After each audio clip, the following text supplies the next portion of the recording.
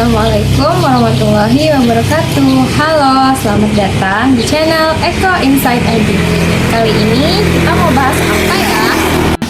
Kali ini kita akan membahas tentang faktor apa saja yang dapat mempengaruhi efisiensi kebijakan moneter terhadap inflasi dan makroekonomi. Efisiensi kebijakan moneter diukur dari seberapa cepat dan efektifnya kebijakan tersebut mengurangi inflasi dan menstabilkan ekonomi. Di negara maju seperti Amerika Serikat, kebijakan ini seringkali efisien karena sistem keuangan yang matang. Namun, di negara berkembang, tantangan seperti volatilitas mata uang bisa mengurangi dampaknya. Faktor utama yang mempengaruhi efisiensi meliputi independensi bank sentral, struktur ekonomi, dan kondisi pasar keuangan. Mari kita bahas faktor-faktor kunci satu persatu. Pertama, independensi bank sentral. Bank sentral yang independen seperti Federal Reserve di Amerika Serikat atau Bank Sentral Eropa atau ECB dapat mengambil keputusan tanpa tekanan politik. Ini meningkatkan kredibilitas dan efisien dalam menekan inflasi.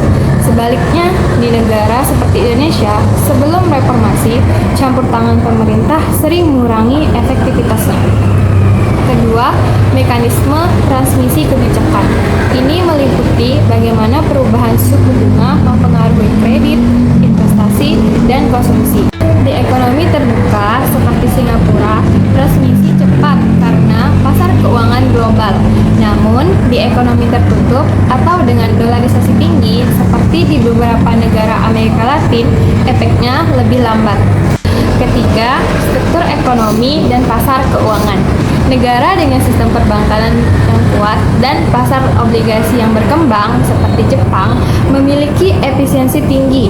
Di negara berkembang seperti Brasil, utang tinggi dan kualitas mata uang bisa melemahkan kebijakan moneter.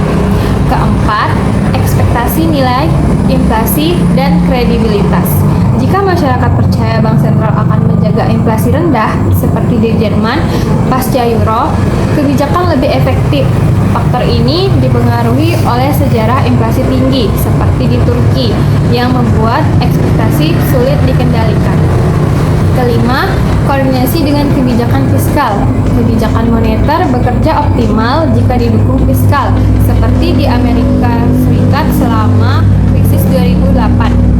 Tanpa koordinasi seperti di Yunani, selama krisis utang Eropa, efisiensinya berkurang. Akhirnya, faktor eksternal seperti globalisasi dan teknologi, negara dengan integritas global tinggi seperti Belanda mendapat manfaat dan aliran modal internasional, sementara negara terisolasi seperti Korea Utara menghadapi keterbatasan. Mari lihat contoh nyata.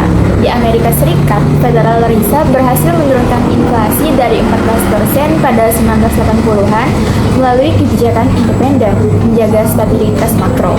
Di Eropa, ECB menstabilkan inflasi di zona euro dengan suku bunga seragam. Meski tantangan seperti di Italia dengan utang tinggi, di Jepang, Bank of Japan menghadapi deflasi berkepanjangan, di mana kebijakan moneter kurang efektif karena ekspektasi rendah.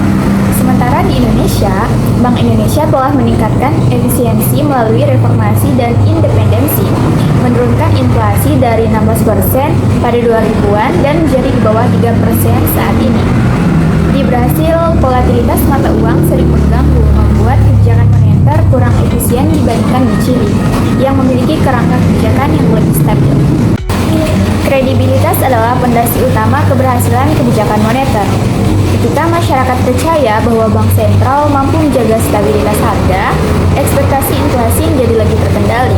Contoh negara Selandia Baru, pionir inflation targeting sejak 1990. Ekspektasi inflasi masyarakat stabil di kisaran target 1-3%. Akibatnya, respon moneter menjadi lebih efektif. Yang kedua di negara Inggris, Bank of England. Setelah menerapkan inflation targeting pada 1992, volatilitas inflasi turun signifikan. Kredibilitas meningkat karena kebijakan disampaikan secara transparan. Semakin kredibel dan transparan bank sentral, semakin besar pengaruhnya pada perilaku ekonomi masyarakat.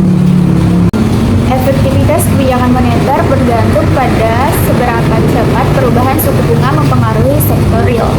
Faktor-faktor yang mempengaruhi transmisi. Yang pertama, struktur sistem perbankan. Yang kedua, literasi keuangan masyarakat.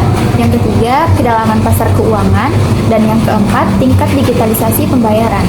Contoh negara Amerika Serikat. Pasar keuangannya sangat dalam. Perubahan Fed Funds Rate langsung berdampak pada kredit, obligasi, dan konsumsi. Akibatnya, kebijakan moneter bekerja cepat. Yang kedua, di negara India. Di India, transmisi suku bunga lebih lambat karena perbankan menghadapi rigiditas struktural. Bank sering lambat menurunkan atau menaikkan suku bunga kredit. Dan selanjutnya di negara Indonesia, dengan BI 7DRR sebagai suku bunga acuan, transmisi semakin membaik terutama setelah penguatan market operation Bank Indonesia. Namun tetap dipengaruhi kedalaman pasar keuangan yang belum setara dengan negara maju. Poin utamanya, tanpa transmisi yang efektif, kebijakan moneter hanya terhenti di level bank sentral. Ketika sistem keuangan lemah, banyak bank bermasalah, kredit seret, kebijakan moneter menjadi kurang efektif. Contoh negara seperti di Korea Selatan. Pasca krisis 1997, pemerintah memperkuat perbankan. Hasilnya, transmisi moneter menjadi lebih efisien karena perbankan sehat. Yang kedua, di negara Argentina. Krisis keuangan berulang menyebabkan inflasi tinggi dan kebijakan moneter tidak mampu menahan gejolak harga. Poin utama, bank yang sehat adalah syarat agar perubahan kebijakan bank sentral benar-benar mengalir ke ekonomi rakyat. Efisiensi kebijakan moneter juga dipengaruhi faktor luar negeri, di antaranya gejolak harga komoditas minyak, penguatan dolar Amerika Serikat, krisis global, dan perubahan suku bunga The Fed. Contoh, negara importer energi seperti Jepang dan Korea Selatan sangat sensitif terhadap harga minyak. Yang kedua, negara berkembang seperti Indonesia atau Filipina menghadapi tekanan inflasi dari pelemahan nilai tukar ketika The Fed mengetatkan kebijakan. Meski moneter domestik sudah baik, faktor global bisa membuat kebijakan kurang efektif. Dari berbagai pengalaman negara di dunia, terlihat bahwa efisiensi kebijakan moneter tidak ditentukan oleh satu faktor saja. Kredibilitas independensi, kedalaman pasar, kesehatan perbankan, koordinasi moneter dan fiskal, hingga dinamika global. Semuanya berperan penting. Semakin lengkap fondasi tersebut, semakin besar kemampuan bank sentral menahan inflasi dan menjaga stabilitas makroekonomi. Sekian video kita pada kali ini. Ditunggu video selanjutnya.